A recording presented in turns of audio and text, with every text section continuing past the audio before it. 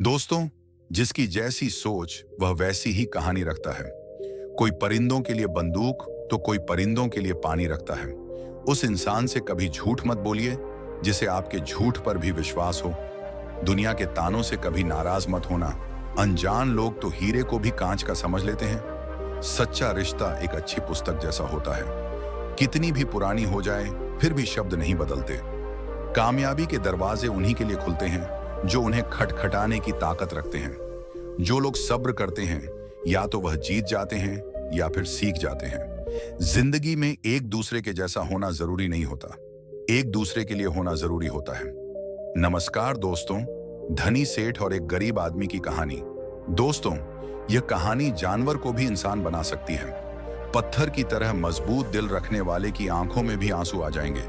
जिस गरीब आदमी को सेठ ने अपने महल के सामने एक रात्रि के लिए आश्रय नहीं दिया, उस गरीब आदमी ने सेठ के साथ कौन सा व्यवहार किया, इस कहानी से समझते हैं दोस्तों।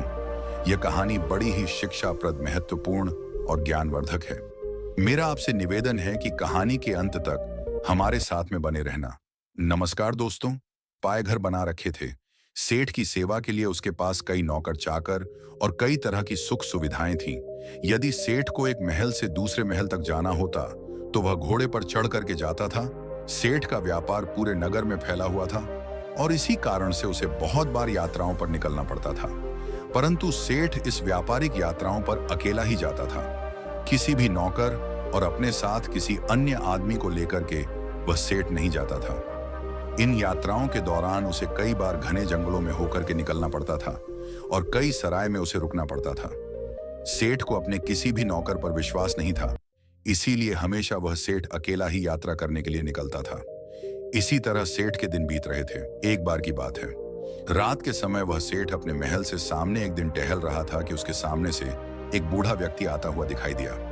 उस बूढ़े व्यक्ति के कपड़े बहुत ही फटे पुराने थे। सिर पर वह गठरी को लादे हुए थे। जैसे ही उसने सेठ को देखा, उस बूढ़े आदमी ने जो गठरी उसके सर पर रखी हुई थी उसे उठा करके नीचे रख दिया और सेठ को प्रणाम करते हुए कहने लगा, श्रीमान जी, मैं बहुत दूर से आया हूं और मैं बहुत थक गया हूं। यदि आप आज्ञा दें तो यहां रात काट लूं। उस बूढ़े व्यक्ति की बात को सुनकर के सेठ ने कहा, यह मेरा महल है, कोई धर्मशाला नहीं है। बूढ़ा व्यक्ति कहने लगा कि मैं केवल आपकी घड़साल के बाहर ही पड़ा रहूंगा और सुबह होते ही यहां से मैं चला जाऊंगा। सेठ ने कहा, परंतु यहां तुम्हारी देखभाल कौन करेगा? उस बूढ़े व्यक्ति ने कहा कि मुझे किसी भी चीज की कोई आवश्यकता नहीं है, इसलिए देखभाल की कोई जरूरत नहीं है। सेठ ने कहा कि हमें क्या मालूम है कि तुम कौन हो। एक आदमी हमें रात भर के लिए तुम्हारी रखवाली के लिए यहां पर लगाना पड़ेगा। उस बूढ़े व्यक्ति ने कहा कि क्यों महाराज, ऐसा क्यों करना पड़ेगा? आपको सेठ ने कहा कि वह इसीलिए करना पड़ेगा कि रात को तुम कोई वस्तु उठा करके यहां से निकल ना जाओ।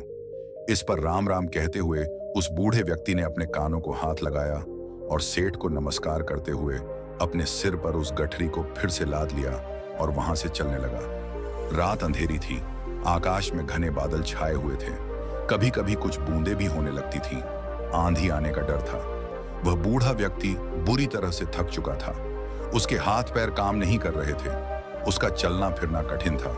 परंतु सेठ के इन कट शब्दों ने उसे ऐसा घायल कर दिया था कि उसे अब उस नगर के किसी भी शहरी के पास जाकर के विश्राम करने का विचार छोड़ दिया था।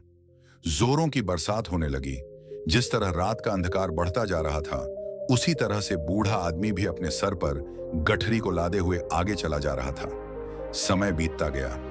कुछ दिनों के बाद वह सेठ अपने मित्रों और अन्य सेवकों के साथ एक दिन शिकार खेलने के लिए जंगल में निकल पड़ा। शिकार खेलते समय उसे अपना घोड़ा एक हिरण के पीछे उसने लगा दिया। बहुत ही प्रयत्न करने के बाद वह उसके हाथ न लगा और इसी दौड़ में वह सेठ अपने साथियों से आगे निकल चुका था। जंगल घना था और घने जंगल में घुस जाने के कारण वह सेठ अपने नगर का मार्ग भूल चुका था। लगभग कई घंटों वह जंगल में भटकता रहा। इतने में ही रात हो गई। बारिश चालू हो गई, आंधी चलने लगी और बादल छा गया। कोई भी ऐसा व्यक्ति नहीं था जो सेठ की किसी भी प्रकार से कोई सहायता कर सकता था। बेचारा थक करके चूर चूर हो गया। जब उसे कोई रास्ता नजर नहीं आया तो वह एक वृक्ष के नीचे बैठ गया। आंधी इतनी जोरों से बढ़ने लगी कि जंगल के जो वृक्ष थे वह सब टूट टूट करके गिरने लगे। आंधी के कारण अंधेरा बढ़ने लगा। हाथ को हाथ नहीं दिखाई दे रहा था। प्रकृति के इस प्रकोप से घबरा कर के सेठ का जो घोड़ा था वह अपने बचाव के लिए इधर उधर भागने लगा। घोड़े का मालिक इतना थक चुका था कि उसे होश नहीं था। थोड़ी देर के बाद आंधी जब कुछ कम पड़, थोड़ी थोड़ी बरसात होने से चारों ओर जो फैली हुई धूल थी वह बैठ चुकी थी। आकाश को साफ हो गया था। तब सेठ ने देखा कि उसका घोड़ा उससे वहां से जुदा हो चुका है। उस सेठ ने उस घोड़े को 000 दे करके खरीदा था और उस घोड़े से बहुत ही प्यार करता था। उसे पालने में उसने किसी तरह की कोई कसर नहीं छोड़ी थी। अब तो सेठ को घर पहुंचने की कोई भी उम्मीद नहीं थी। कहते कि सवेरा होने के आसपास रात का अंधकार बहुत बढ़ जाता है और इसी तरह आशा और सूर्य की किरणों के पहुंचने से पहले निराशा और दुख का अंधेरा भी बहुत अधिक हो जाता है। बहुत अधिक दुखी और निराश हो जाने पर उस सेठ को दूर से एक व्यक्ति आता हुआ दिखाई दिया। पहले तो उस व्यक्ति को देख करके वह सेठ सहम गया। कहीं यह कोई व्यक्ति चोर या डाकू ना हो जो उसे आकर के उसे लूट ले। परंतु जब उस व्यक्ति ने सेठ के पास आकर के नमस्कार करते हुए अपने होठों की मुस्कान से सेठ के हृदय को निर्मल कर दिया, सेठ को बड़ी उम्मीद दिखाई दी। उसे आशा का प्रकाश दिखाई देने लगा। हंसते हुए उस व्यक्ति ने सेठ से कहा, आप इतने क्यों घबराते हैं? साथियों के बिछड़ने से, राह भटकने से और किसी की सहायता न मिलने से। कहते हुए सेठ ने अपनी सारी जो कहानी थी उस व्यक्ति को सुना दी। उस व्यक्ति ने जब सेठ की कहानी सुनी तो उसको सेठ पर दया आ गई और वह सेठ को लेकर के अपनी झोपड़ी में चला गया। वहां जाकर उसने बताया कि वह अपने पिता के साथ रहता है। जो भी रूखा सूखा भोजन हम लोग खाते हैं आप भी खा लेना और यहीं पर रुक करके विश्राम कर लेना। सेठ ने कहा कि परंतु मेरे घोड़े का क्या होगा? उस व्यक्ति ने कहा, सुबह होने से पहले मैं आपके घोड़े को किसी भी तरह से ढूंढ लूंगा। सेठ ने कहा कि वह कैसे ढूंढ? तुम बड़ा घना जंगल है, इतनी अंधेरी रात है, तुम कैसे ढूंढ सकोगे? उस व्यक्ति ने कहा कि मैं इस जंगल के कोने कोने से परिचित हूं। सेठ ने कहा, तो क्या तुम मेरे साथियों को भी ढूंढ सकोगे? उस व्यक्ति ने कहा, यदि वे इस जंगल में हुए तो मैं अवश्य ही उन्हें ढूंढ निकालूं। इस उत्तर को सुनकर के उस अमीर सेठ को बड़ा ही संतोष हुआ। उसके मन में बड़ी उम्मीद जगी और इस तरह से वह सेठ पूरी तरह से निश्चिंत हो चुका था। वह अब भी सोया नहीं था कि उस व्यक्ति ने सेठ के सामने एक दूध का कटोरा ला करके रख दिया। सेठ ने कहा कि यह क्या है महाशय? उस व्यक्ति ने कहा कि सेठ जी, ये हमारी बकरी का दूध है। सेठ ने कहा कि तुम्हारे पास कितनी बकरियां हैं? उस व्यक्ति ने कहा कि मेरे पास तो सिर्फ एक बकरी है। सेठ ने कहा, क्या एक बकरी इतना दूध दे सकती है या एक शेर से अधिक नहीं होगा? तुम भी पियो। उस व्यक्ति ने कहा कि नहीं, पिताजी ने कहा है कि आज का जो भी दूध है वह केवल अतिथि सेवा में लगाया जा सकता है। आज हम लोग दूध नहीं पिएंगे। सेठ ने कहा कि ऐसा क्यों? उस व्यक्ति ने कहा कि हमारे यहाँ सबसे बढ़िया चीज दूध को समझा जाता है और अतिथि की सेवा में हम लोग इसको पेश कर देते हैं। मैं पिताजी का इकलौता पुत्र हूं और दूध हमारे यहाँ सर्वोत्तम भोजन समझा जाता है। पिताजी ने यह आपकी सेवा में भेजा है। सेठ ने कहा कि तुम तो सचमुच देवता हो। सेठ की बात को सुनकर कि वह व्यक्ति कहने लगा, नहीं सेठ जी, देवता तो बहुत दूर की चीज है, हम तो पूरी मानवता को भी नहीं अपना सके। उसकी बात को सुनकर के सेठ ने कहा, नहीं भैया, मानवता तो आप में कूट कूट करके भरी हुई है। इस तरह बातें करते करते वह सेठ सो गया। अपने अतिथि की सच्ची सेवा करने वाला वह व्यक्ति चुपके से उठा और हाथ में मसाल लिया और अपने अतिथि के घोड़े को ढूंढने के लिए वहां से वह चल दिया। ढूंढते ढूंढते वह सुबह के समय के आसपास ढूंढा। बहुत ढूंढने के बाद आखिर उसे घोड़ा मिल गया। वह अपने अतिथि का घोड़ा ला करके अपनी झोपड़ी पर लौट आया। जब उसकी मां ने देखा कि अतिथि का घोड़ा मिल गया है तो वह उठ करके घोड़े के लिए सारा डालने लगी। वह जानती थी कि घोड़ा जंगल से घास चर करके आया होगा, परंतु फिर भी उसने अतिथि के घोड़े की सेवा करना अपना परम कर्तव्य समझा। घोड़े को यदि सारा ना मिलता तो शायद अतिथि सेवा अधूरी समझी जाती। सुबह के समय जब वह अमीर सेठ सो करके जगा तो उसने देखा कि उसका जो घोड़ा है वह सारा खा रहा था और अतिथि सेवक वह व्यक्ति उसके सामने हाथ जोड़े हुए कह रहा था, आज ईश्वर ने हमारी लाज रख ली। उसको सुनकर के सेठ ने पूछा कि कैसे? उस व्यक्ति ने कहा, सेठ जी, आपका घोड़ा सकुशल मिल गया। यदि वह सामने की ओर निकल जाता तो शायद बाघ उसे अपना शिकार बना लेता। इतना सुनकर कि उस सेठ ने उस व्यक्ति को बहुत सा धन्यवाद दिया। इस समय उसे व्यक्ति की वृद्ध माता ने अतिथि के लिए दूध का कटोरा भर करके भेज दिया। दूध पी लेने के बाद सेठ घर लौटने की इच्छा प्रकट करते हुए कहा, मैं तुम्हारे पिताजी से मिलना चाहता हूं। वह नव युवक अपने पिता को बुलाने के लिए गया। उसके पिता बिस्तर पर लेटे हुए आराम कर रहे थे। उस युवक ने पहुंच करके कहा कि पिताजी, जो अतिथि महाशय हैं वह आपको याद कर रहे हैं। उस पिताजी ने पूछा कि किस लिए। पुत्र ने कहा कि वे जानना चाहते हैं। पिता ने कहा, उनसे कहो कि कुछ दिन और ठहरे।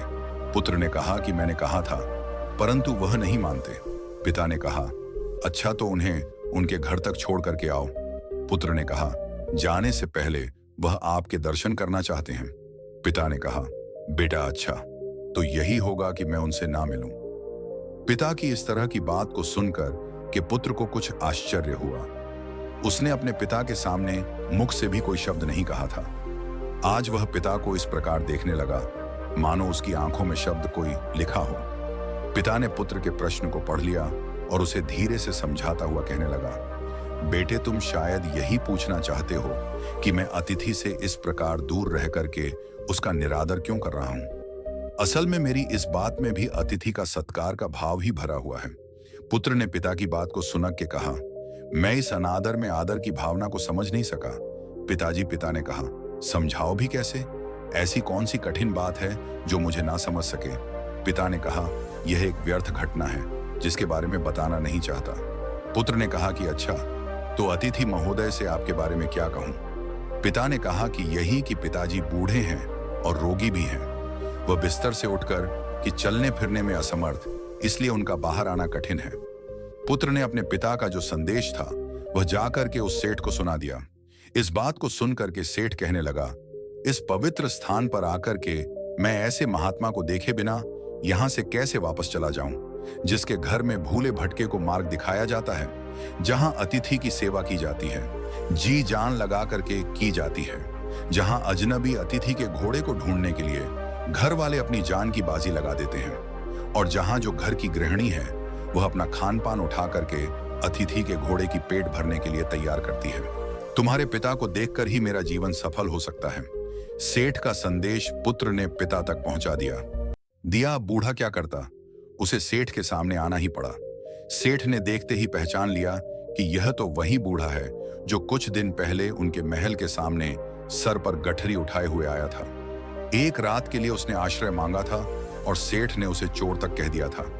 कितनी दानव थी उसके दुर्व्यवहार में। इस वृद्ध के पुत्र ने अपनी मानवता का परिचय देकर कि उस सेठ के हृदय को बिल्कुल बदल दिया था। अमीर सेठ हाथ जोड़ करके खड़ा हो गया और अपने दुर्व्यवहार के लिए उस बूढ़े व्यक्ति से क्षमा याचना करने लगा। बूढ़े व्यक्ति ने कहा, आपकी ओर से क्षमा याचना का प्रश्न ही पैदा नहीं होता है, क्योंकि मैं बाहर आकर के आपको उस पुरानी घटना की याद नहीं दिलाना चाहता था। आपके आग्रह को मैं टाल नहीं सका, इसीलिए मुझे यहां आना पड़ा। इससे शायद आपको बड़ा दुख हुआ हो, अतः मुझे आपसे क्षमा मांगनी चाहिए। सेठ ने कहा, कितना ऊंचा है आपका व्यक्तित्व। इतना कह करके वह अमीर सेठ उस वृद्ध के चरणों में गिर पड़ा। उसके नेत्रों से पश्चाताप के आंसू झर रहे थे, उसके होंठ फड़फड़ा रहे थे, मानो वह यही कह रहे हो कि इस बूढ़े की झोपड़ी महलों से भी ऊंची है, क्योंकि जहां मानवता का निवास है। इसके बाद उस सेठ को सुरक्षित वह सेठ अपने घर में लौट आया। इस घटना के बाद उस सेठ का हृदय परिवर्तन हो गया। जहां कठोर हृदय वाला वह सेठ था, उसे किसी पर विश्वास और दया की भावना उसके मन में नहीं होती थी। वही सेठ बिल्कुल बदल चुका था। अब वह दीन और दुखियों की सेवा करता और उसके द्वार पर आने वाले जो भी अतिथि थे उनका पूरा स्वागत सत्कार करने लगा। सेठ का पूरा परिवर्तन हो चुका था। जो पत्थर दिल सेठ था वह पूरी तरह से पिघल चुका था। दोस्तों, ये कहानी आपको कैसी लगी है एक प्यारा सा कमेंट करके जरूर बताना, और यदि वीडियो आपको पसंद आया है, अच्छा लगा है, तो इस वीडियो को लाइक शेयर करके चैनल को सब्सक्राइब जरूर कर देना। तो चलिए फिर मिलते हैं ऐसी एक और नई वीडियो में एक नए मैसेज के साथ। तब तक के लिए अपना ख्याल रखें। धन्यवाद और नमो बुद्धाय।